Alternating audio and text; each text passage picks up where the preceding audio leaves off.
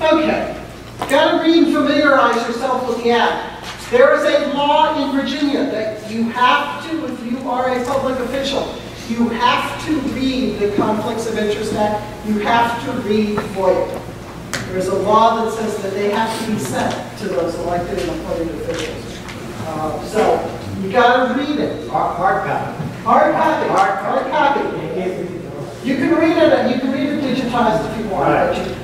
So they really, you know, you're supposed to do this. Those of you who are relatively new to the Planning Commission, DCA, or elected office, did you get the act that Sharon's referencing? Did someone check with you that you read it, or did they sit with you to go over it? Probably not the last part, but you should be getting it. If you're on staggered terms on your commission, sometimes you don't get it. If you're a planning director, you might not get it right away. If you're, yes, sir. Slots. I took 20. Yeah, I actually haven't counted recently, but yeah, 18, 20. I've got it up here if you want to look at a hard copy. I'll show you. No, sir. It's all black type that we lawyers and legislators write. I tried to simplify it. That's why. Okay, got to familiarize yourself with it. Overall policy is to ensure that public business is done in public. Like FOIA, the intention is to build confidence and integrity in government. Without that, our fabric of democracy falls apart. And we've got to remember that, because it's not just about us. It's not just about the particular transaction. It's not that we have a really hot issue on a landfill or on a kennel or on a subdivision or on somebody who's doing something that is a business in their single-family house. It's integrity in government. And that's the linchpin of all of this. That's the really important part. Same thing is true about FOIA. The interesting thing you will see is you watch people who, before they're elected to office, they're out there, they want to know everything. They want everything to be open up. They get elected to office or they get appointed a planning commissioner. Oh no, they can't see that. They won't understand. No, we can't let them know that. No, they don't have the ability to process it. Very interesting dynamic. Watch that. FOIA ensures not only ready access to meetings, but ready access to documents and free entry. Not that anybody's charging now. Maybe I hadn't heard that as a budget proposal. But sometimes you got to charge just for the entertainment. I was buying plants, I was looking super grungy, and this man comes up to me and he goes, "I know you." And I go, "I'm sorry." And he's really dogged about it. And his wife comes up to him, she goes, "Honey, she's the county attorney. We see her on TV on cable." There are people who watch it, and that's very good. That is good, because then they understand government more. So, ready access. Okay, public bodies. Public bodies is rather broadly defined. Obviously, the elected bodies, bodies created by those elected bodies, picks up planning commission, can pick up a whole bunch of other entities, but we're focusing on planning particularly. Could include citizen advisory committees, if you all are using those in your localities. And that's where I said there was an incident in Prince William years ago that related to a citizen advisory committee issue, both on conflicts and on Freedom of Information Act, as to how votes were taken. They perform delegated functions or make recommendations, and they receive public funds. Open meeting requirements. Again, we're going to talk about it specifically in the context of planning commissions. What is a meeting? This is defined by the code. A gathering together formally or informally of 3 or more members. My dad, as Mike said, is a basketball coach. Sometimes I bring my basketball. It's a little flat. And you have the jump at the beginning when you throw it up, and the 2 players are there. 4 hands on the ball, not a meeting. As soon as that ball goes up and out, and lots of hands and people involved, meeting. or more members. In Florida, they call it daisy chaining. Okay, one of the ways to avoid the meeting is I would tell this lady here, and she would turn and tell this gentleman, and this gentleman would tell this lady, and this lady would tell this lady. Not a meeting. Sometimes when we have difficult issues that involve members of boards or planning commissions that have conflicts, we end up with 2 by 2 by 2. It's like hell in New York. It really feels like that as they come to your office, 2 by 2 by 2. Okay. They go out and they can talk 2 by 2 by 2. Okay. It doesn't matter if the meeting is planned, regularly scheduled, or if it's one that is not planned. We'll talk about that later. Formal designation of 2 members as a committee or delegation makes their meetings meetings. So you want to be really careful if you're the chairman or if you're staff advising a board that wants to do subgroups. You may find that it is appropriate not to have them officially designated because it allows for more flexibility. For example, sometimes a couple of members of the board of supervisors go to the school board meeting with a couple of members of the school board. Not a meeting under the code unless they're designated and made a committee. Then it is a meeting. So it changes the notice requirements at that point. And sometimes it's as much a question of how hard it is to do the notice as it is to whether or not you want other people there. Notice posting in a public place is required.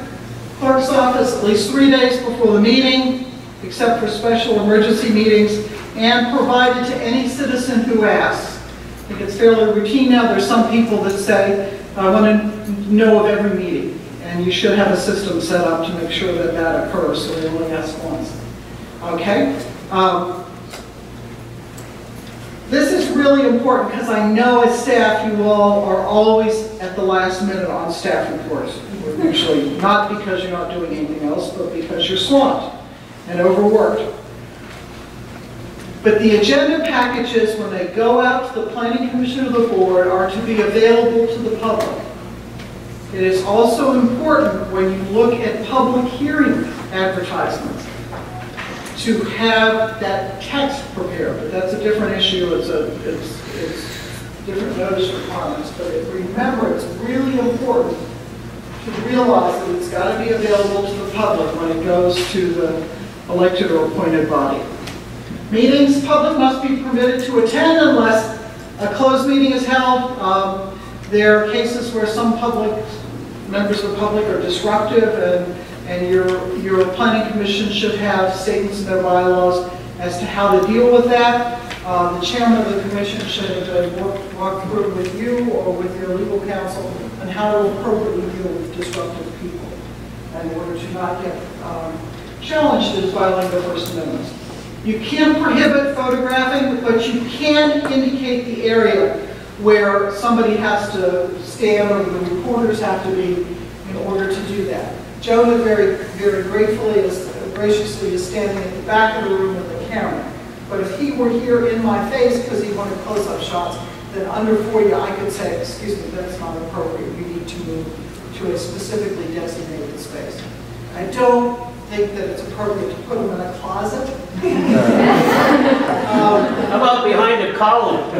Yes, well, you want to be careful about that because the thing is that they'll write bad stuff about you. You know, it's very useful to be able to work with the press and to work with. When we had Disney at the Planning Commission, we expected 5,000 people, and we expected the hearing to go on for a couple of days, and we had satellite trucks and everything else. There are some keys to dealing with what you anticipate as large meetings or meetings that are unruly.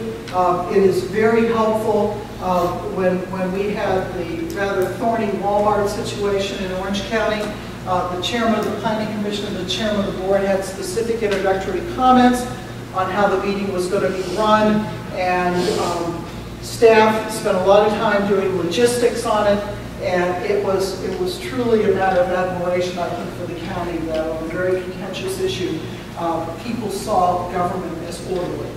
And so you want to make sure that you do all those things, think about them in advance as staff, and you can save a lot of problems, and you can get some pretty decent press just over the fact that people thought it was done in an appropriate way. Sharon, Chairman, you do that, as you described in Orange County and in Prince William, irrespective of nothing in the bylaws. Absolutely. References. Yes. Now, ideally, we would put that stuff in our bylaws, but we don't really think about 5,000 people or, heightened interest in an issue.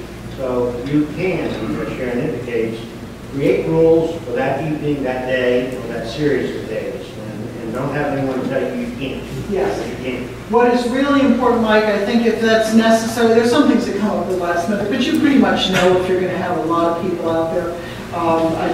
Those that are dealing with the issue of security training facilities, you expect a lot of people to show up for that. Sometimes you have a lot of people show up for a kennel issue if you've got people running the kennel. Recently, I heard one where the guy wanted to put a mulch pile in the middle of 200 acres and do some other nursery stuff, and the whole neighborhood showed up. So sometimes you won't know whether or not it's coming up, but a lot of times you as staff will know when the issue's percolating, and there are likely to be a lot of people. And if you're going to change the amount of time people get to speak, that should be set ahead of time. If your planning commission or governing body really thinks a lot of outsiders are coming in, those foreigners speaking first, when we have the mothers with children who got to go to school the next morning, it's okay to say we're going to have local residents and businesses speak first. But you should do those things ahead of time. If you expect a lot of paper, if you have an issue that has environmental aspects to it, you might put in the notice saying that if you have comments in writing, please submit them a day before. That also lends credibility to the public body because nobody expects them to read a pile of paper that comes in that night and then vote. And then if they vote, everybody goes, well, you didn't read all my statements. Think about the practical aspects of this. No secret ballots, really important, as you know. Not a meeting, attending a conference, chance social gatherings, even if public business is discussed. A lot of your planning commissioners, members of the board of supervisors, town councilmen, city councilmen, don't really have much in common with anybody else in their body, except that they're on the same governing body, and so they run into each other at the grocery store. I mean, something may be mentioned, so that's not illegal. Public forums, Anyway, I got a little ahead of it. Public forums and gatherings of public employees also were not considered to be meetings. Okay, members of public bodies can only act in a public meeting. But you can do individual polling. That polling should not be done by a member of the governing body or the appointed body. The polling should be done either by a planning director or a key staff person or the county administrator or somebody else. Because the moment you have a political official pulling the other political officials, you're going to trigger concerns that the act's been violated. It's really difficult with emails now. Email notices may go out, even from an administrative official saying, I'm going to be calling you, asking you what you think about this, push them, and immediately they all write back and they push reply all. Not good. So avoid that. The instantaneous situation with emails now becomes very challenging from a FOIA standpoint. And they haven't really quite totally figured it out, the legislature, but you've got to be concerned that if you have instantaneous participation, where it's equivalent to almost a chat room, that you're going to raise issues about. Sure. Speaking of email, if you have a personal email address that you receive public information at that address, does that open up all of your personal? It does not open up all your personal, but we're going to get to that in a moment. But it does not make it exempt. Those messages that are public business messages are still subject to FOIA, unless there are exceptions, even if it's on a personal computer, or a personal iPhone, or a personal phone answering system. Okay. Electronic meetings are limited. State can do more of them than localities. They opened it up just a tiny bit this year. If there's an emergency or personal matter, the member can advise the chairman. The chairman then has to have the governing body vote on electronic participation. It has to be a majority vote of those, and there has to be a quorum present. The minutes must show the vote, specify the emergency, and the remote location. Similarly, if there's a member has a medical or disability, a medical condition or disability, minutes have to show that information in the remote location. And the secretary of the planning commission needs to be really vigilant on and staff and reminding the chairman and making sure all those hoops are addressed. Closed meeting requirements, the secret meetings, known as non-public. The motion to vote to go into closed meeting has to be in a public meeting. The motion has to specify the purpose and has to reasonably identify the substance, and it has to reference the pertinent statute. And you should have a form resolution that pretty much makes sure that each one of those things are covered. And they're not hard to do, but you should have those at the ready. It is better to have all of that discussed before the meeting, have the chairman know, tell commissioners that if they think there should be a closed meeting, that they let the chairman, they let legal counsel know, so that it can all be vetted and a determination made as to whether or not it qualifies prior to the motion coming up, because it gets messy again. And what is really annoying, you're having a planning commission meeting, and the planning commission, I'm going to use Mike as an example, they're all sitting here, and somebody sends a note down the line to legal counsel or to the planning director saying, I want to go to closed meeting for this. And there's not enough on there, and you know, you first start writing an answer back, and then you go, I can't write an answer because I don't even know I've got to ask this question. So you go. And then you get up, and you walk over there, and you say, where's your issue? And meanwhile, there's a hearing going on, or there's something else going on. Yeah, right. And what is it? And what is your problem? And so, you know, and when people get excited or a little bit, they can't hear, and they can't hear other meetings. So suddenly the whole place is an uproar. And what I usually do now is say, we've got to go outside, let's go talk about outside. Or can I have a moment if it's coming? It's just, you need to make sure the logistics are sorted out. You can only discuss those matters that are in the motion. That doesn't mean you can't get into the closed meeting and somebody says, well, I really need to have this be short because my daughter's 5-year-old birthday is today and I got to get out of here fast. That's not a, that's just personal chit-chat. Yes, sir. I was just wondering if you could identify some reasons why the planning commission might go. We're going to do that. Yes, sir. I will do that. Give me 1 second. No minutes are required. If minutes are taken, they're not public unless a court subpoenas them. No action unless voted in an open meeting.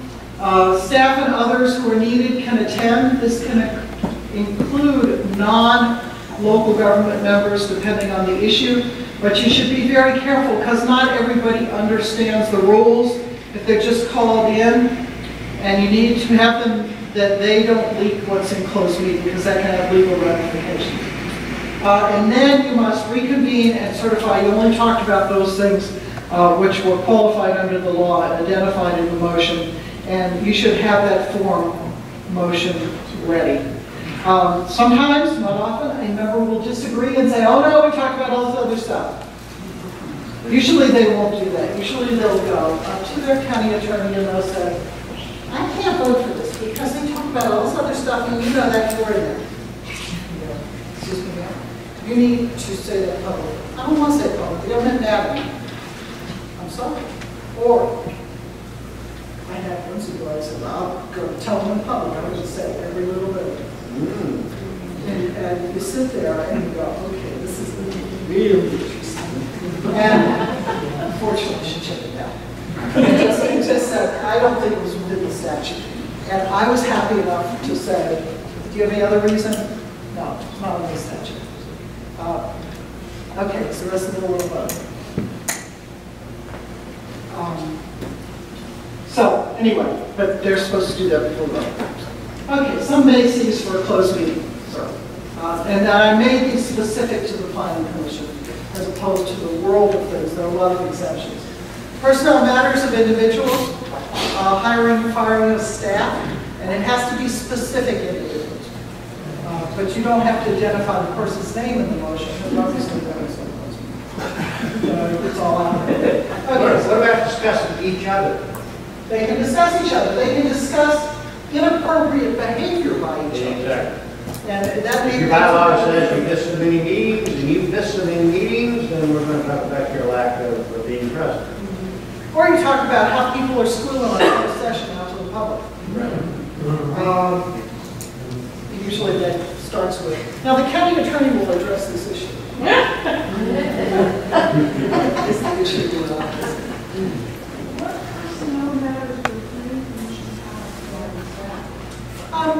If the planning commission wouldn't necessarily hire and fire them, but the issue might be one that would qualify if you were being told, for example, why a person was being terminated who was staff of the planning commission.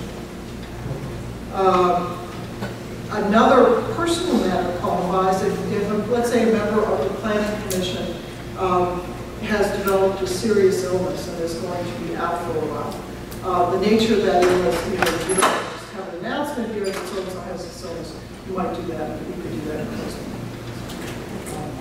On specific legal matters, it might be, what are the bases for denying a particular reason? You have to be careful, it can't be sort of just a tutorial on how you approve and deny rezonings. It might be a specific rezoning. There's a question as to whether this would be a legal basis for denying. If we turn down this conditional use permit because we can't find a condition to address this particular issue, is that going to be sustained? Acquisition, disposition of real property, you would go, why would that be relevant? If you had an economic development prospect that came through, and I have that down on unannounced economic development prospects, there may be a circumstance where the Board of Supervisors says, there's something going on with this, and we need the Planning Commission to know the background, but we can't say it publicly. Or it may be a piece of property for which the county is negotiating for the acquisition, say it's either for a public facility, but it's up for rezoning. You know about those people who come in with an application when they think there's going to be an acquisition by the public. We had one person in the county who kind of went around and looked at the comp plan and had enough cash to buy the places that were designated as big public areas. Boy, I wish we could. But if the price be affected by having the negotiation public. Yes, sir. I don't want to add necessarily another bullet to your list, but we recently had to go into closed meeting to talk about the actual security of all of the members of the Planning Commission. That's a good point, and actually that's one that I probably should have thrown in, because more and more that comes up, or security of a particular site. Yes, sir. Thank you. For example, if you're looking at the security training facilities, or you're looking at different types of private entities that are assisting with governmental defense activities. Have I said that right? You may have a legitimate concern about how the police have operational plans in place tactically to deal with certain things, and there may be, but that's an interest. That's a sad commentary, but that concern comes up from time to time, and not only do we have law enforcement in the meeting, but sometimes there have been occasions where law enforcement has been monitoring comings and goings at people's residences to make sure that there's no problem. It's truly sad. But Usually it doesn't happen on the really hot issues though. It's interesting, it's not the big ones that you think people would get super mad about. It tends to be the sort of weird ones. Okay, request for public records, and I need to move really fast because the gentleman is told me I better fast. All public records must be disclosed unless specifically exempted. That includes voicemails and emails, depending on the nature of the request. The exceptions, exempted material generally can be released at the option of the government. There's a whole slew of exceptions on release, including attorney-client matters, certain personnel records, certain documents with respect to economic development prospects. Anyway, but the burden of proof is on the public body to prove the exception.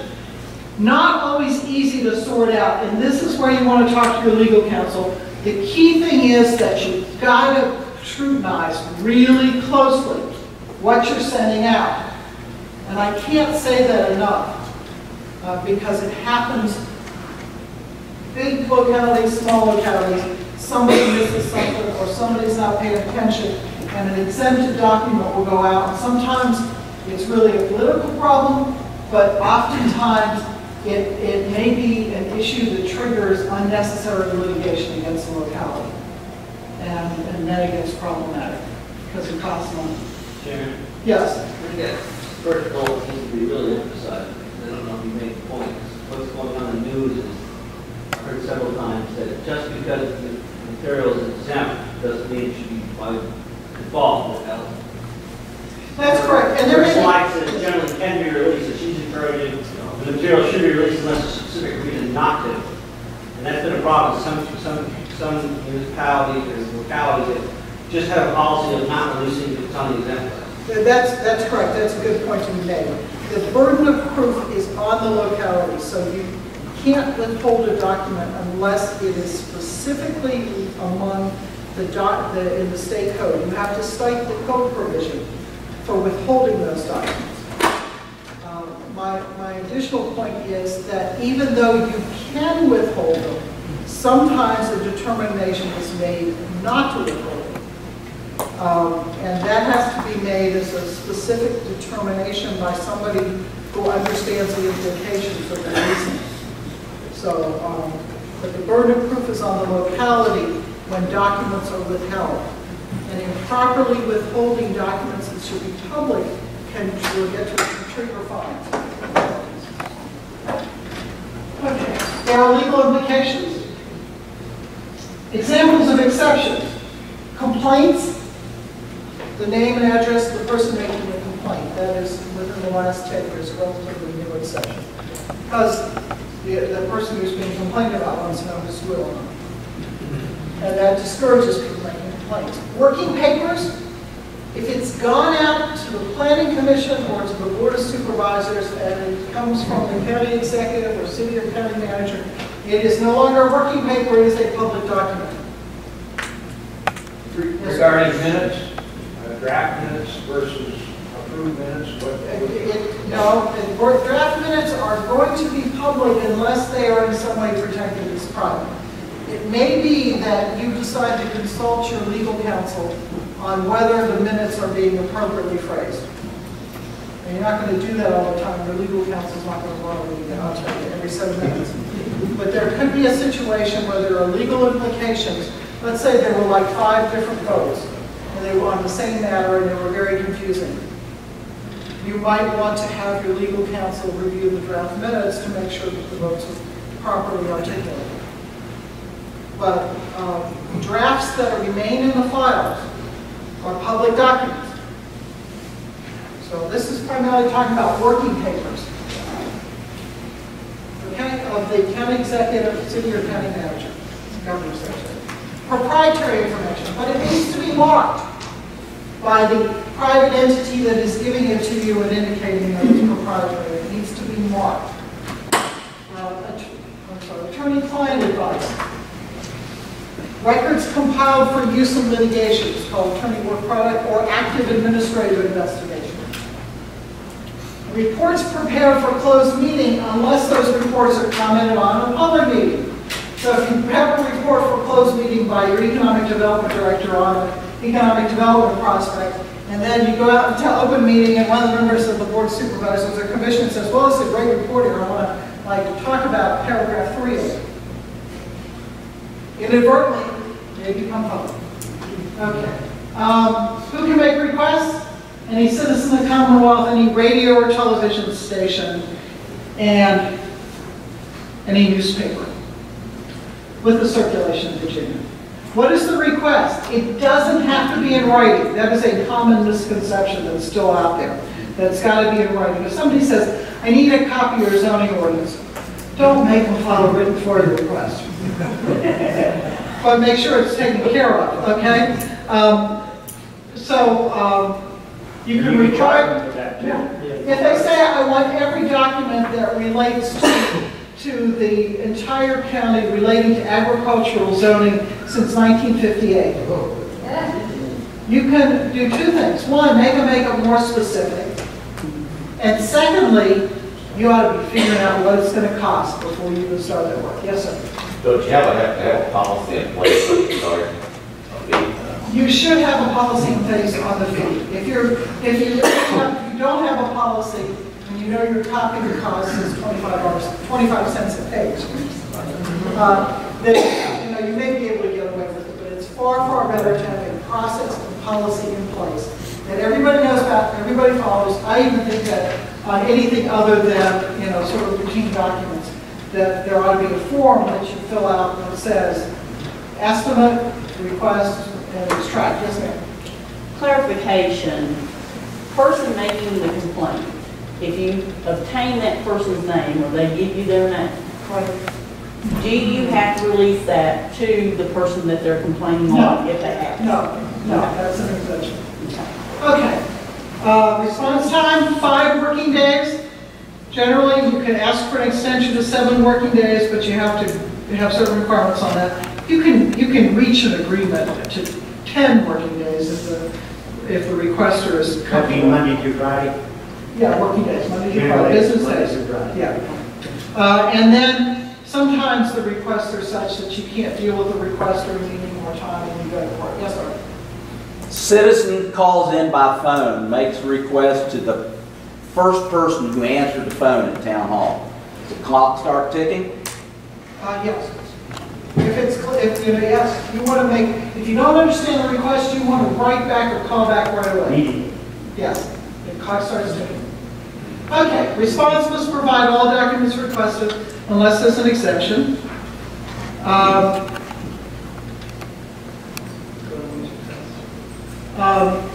Then you have to identify the statutory basis, volume, and subject matter of the withheld records.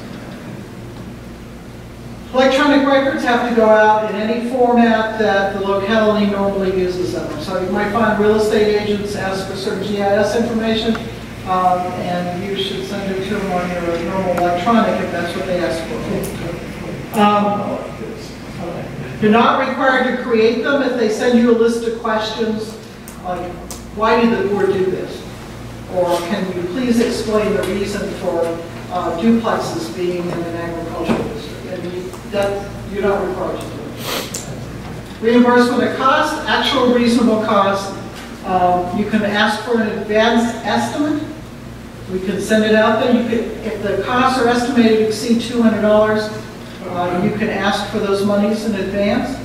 My recommendation is, because there are a lot of what I call frequent flyers, and it really does cost your locality a lot of money, is that you be pretty diligent about doing the estimates and asking for the cash up front. And that cuts down on a lot of the annoying frequent flyers. Make them pay for it. Because otherwise the rest of your taxpayers have to pick up the cost. Yes, sir? My question has to do with documents that don't exist and going back to the minutes. A lot of times we'll get a request the next morning after the planning commission meeting for the minutes. And normally we don't prepare them that quickly. What is the obligation to? Sometimes the board of supervisors might be within the next week to hold their public hearing on the same item, and people want to have them before that. You don't have to move faster, other than if the board of supervisors tells you to.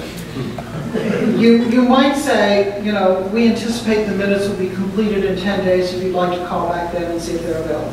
Yes, yes, ma'am. If someone asks to be part of an email chain on a particular issue, then do you have to do that? No.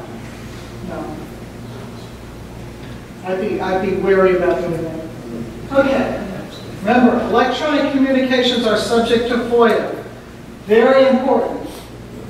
Have to be careful about not violate the public meeting requirements, which can even occur when they're in a meeting if people are on computers running back and forth to each other. Be careful. And remind the Planning Commission, but show restraint yourself. That's really important. If you get into a habit on email to have colloquies and all sorts of, and not, to tell them you're not being rude by being direct and specific and concise, you want to make sure that people don't fall into problems with FOIA.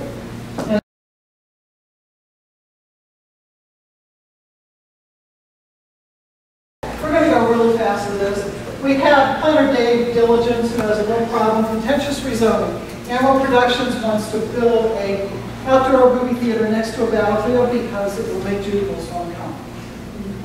Neighbors and historians disagree. Diligence sends emails on his office computer to his wife telling her how much he wants to see her, but also about the application, and that there are documents in the county files which would sink the project. He receives documents from Ammo Pro, which are proprietary documents. He basically puts it in the file, but shoves them in with the other files, figures they'll sort out later. His planning director receives a FOIA request for all documents and tells the administrative assistant and the IT director to put it on a disk. Meanwhile, in the county admin's office, there are lots of letters, emails coming in, pro or con. Planning commissioners and board of supervisors members are receiving communications. Some PC members have emails, some don't. Some don't use email, some use the county email address. County Administrator's Office thinks the planning office ought to be handling all FOIA stuff on this project. Meanwhile, also FOIA requests from pesky newspapers and attorneys for groups threatening to sue, and everybody's anxious. A FOIA response is made, the assistant goes through the documents, puts them all on a diskette, sends them out, but the disks contain diligence emails to his wife, Ammo's proprietary information, the staff report, in draft with inaccurate information about how the comp plan applies, diligence, misinterpretation of the law, and comments by planning commissioners about side discussions on proffers. It gets worse. In the county complex hallway, two commissioners, one and another, are fighting. They met while paying their taxes. The Parks Commissioner Pan comes out of Parks and Rec, sees them, and joins the conversation. We now have three. They agreed to ask for proffers for screening and construction below grade and plan to vote for approval. Diligence sees them but hurries away. The room is crowded the night of the PC meeting, and the chairman calls Diligence into a conference room and says, Commissioner Wade broke her leg, wants to vote for approval. There'll be a motion for closed meeting, economic development prospect, litigation threats. And he wants to take a straw poll in closed meeting whether to continue the public hearing. Diligence is having a day. This goes to the gentleman's questions about whether Diligence emails to his wife must be released. On a public computer, the answer is not necessarily. You could redact out those portions of the emails that have no relationship to public business. And you might want to. But the rest of them would have to go out next. Should proprietary documents be released? Well, we already know now from this scenario that they were released. The answer is no. If they're designated properly as proprietary, they should not. I don't think it's a good idea for applicants to give proprietary documents to public bodies unless you're dealing with the economic development or the chief administrative officer or something, because it's too difficult to make sure it's safe. Illegal meeting by the three commissioners in the hall. Yes? No? Yes? Yes? It became illegal when they decided to. When they decided, yeah, they were talking about it, will anybody discover it? I don't know. There was a case in Fredericksburg years ago where a bunch of councilmen met on the street and They sort of made it kind of easy on that in terms of the legal side, but the political side was really nasty. If two of them don't vote like they said they were, maybe nobody will ever know and they won't get caught, but it's not a problem. It's fun. What can be done about the global release of documents that could have been withheld from disclosure? Have a process to deal with this. Front end, have a process. Okay. What should diligence say to the chairman in response to his questions the night of the public hearing? What? I add that to the closed meeting list. Now, can Commissioner Wade vote if she has and participate if she broke her leg? Yeah, she can now. She can. They got to, they've got to have a. She's got a medical condition. They can set it all up. They can set it up. They can make sure that what she says is public to everybody else in the room. So you get the conference call. It may be hard as a last minute setup, but it can happen. On the issues for closed meeting, economic prospect and whether legal issues. It seems disclosed. It's like everybody knows it already, it seems like. So. If it's, if it's this project, it's already announced, so you can't talk about that. If it's issues, legal issues, if we don't have a quorum, can we vote? Maybe you can do that in public session. If there's some other legal issues, maybe you can go into closed meeting. And on the final one, can you take a straw poll in there as to whether or not to continue the hearing? Can you do a straw poll? You probably can, but you got to come out in the meeting and vote again. Remember, you've got to make sure it's public. Yes, sir. As a planning commissioner, I'll receive emails from the public on issues that they have concerns about on certain things. After I read those, I delete them. Is that okay? I mean, I'm not keeping a file. Actually not. Actually, you should be saving those. I mean, you need to talk to your legal counsel about that, but they become public documents, and actually when we're in litigation on land use cases, the other side generally asks for all of that, and it gets harder to explain when,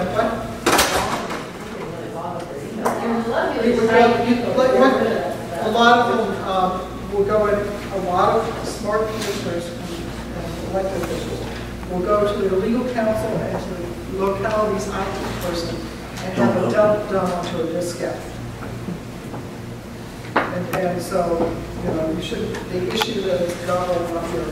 We did have a situation where one advocacy group was sending in so many emails that it basically shut down a bunch of the elected bodies system and contacted that advocacy group and said, look, we got the message.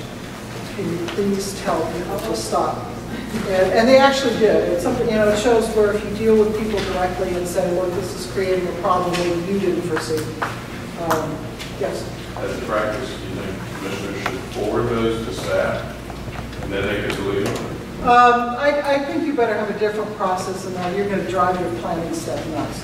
I think you need to sit down with the planning director and get IT and work out the process on this. That's one advantage. Some of you all have your own iPads or laptops that the county, city, or town has provided you, the county, city, or town business. Just make sure the county, city, or town business, and then that manages the problem that Richard alluded to.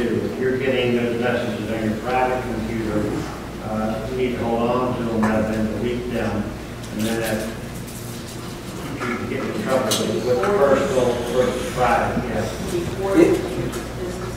You can, oh yes, you can put it, or you can forward to a file, just keep it. Yeah. Some people set up a separate file and do that. We need to maybe one more. We've got a break for lunch.